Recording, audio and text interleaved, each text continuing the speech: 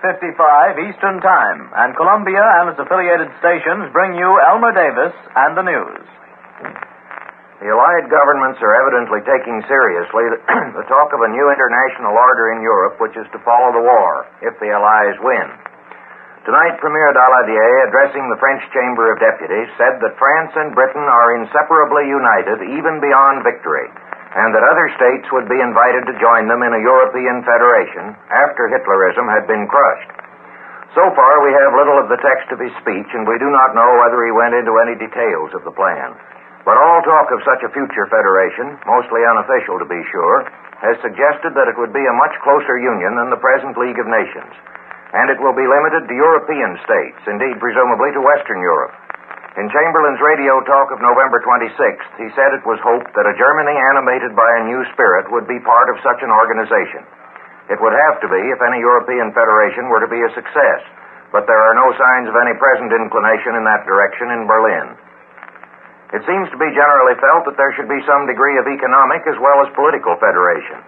Today, Count Carlo Sforza, Italian foreign minister in pre-fascist days, who is now in Paris, said that, I quote, "If the British and French leaders, after this war, are able permanently to maintain the economic entente which the Allies allowed to slip from their hands in 1919, and if they are wise enough to leave membership open to all free countries, they will render a most valuable service to all Europe," end quote.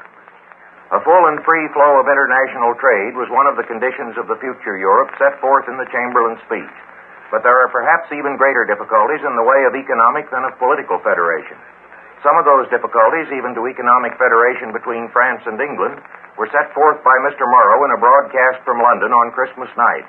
Differences between British and French wage and price levels have caused complications, and there has been talk in London of trying to adjust British to French wages, that is, to adjust them downward. Such a step would certainly be a blow to British morale and may very probably be avoided. But there would have to be a good many adjustments of some sort between countries with a high and a low cost of production in any economic federation of Europe. A British battleship of the Queen Elizabeth class, 30,000 tons and carrying 8 15-inch guns, was torpedoed by a German submarine on Thursday afternoon. But according to the British Admiralty statement, she was able to come into port under her own steam, not seriously damaged. 4 men were killed by the explosion. The Germans on the street, according to Mr. Schirer's report from Berlin, are talking of the loss of the battleship. But this was not claimed in the German official statement, which merely said that it had been torpedoed. The only sinking reported so far today was a British trawler. The American freighter Excalibur of 9,400 tons was detained at Gibraltar by the British, and 90 cases of rubber in her cargo were seized and held for a prize court on suspicion that they were destined to Germany, though presumably the Excalibur was bound for Italy. This sort of thing would have been happening much more frequently if the President's proclamation under the neutrality law had not barred American shipping from the war zone in northern Europe. In Finland, the Russians were once more repulsed in attacks on the Karelian Isthmus. Fighting is going on several of the eastern fronts, but apparently not very hard fighting.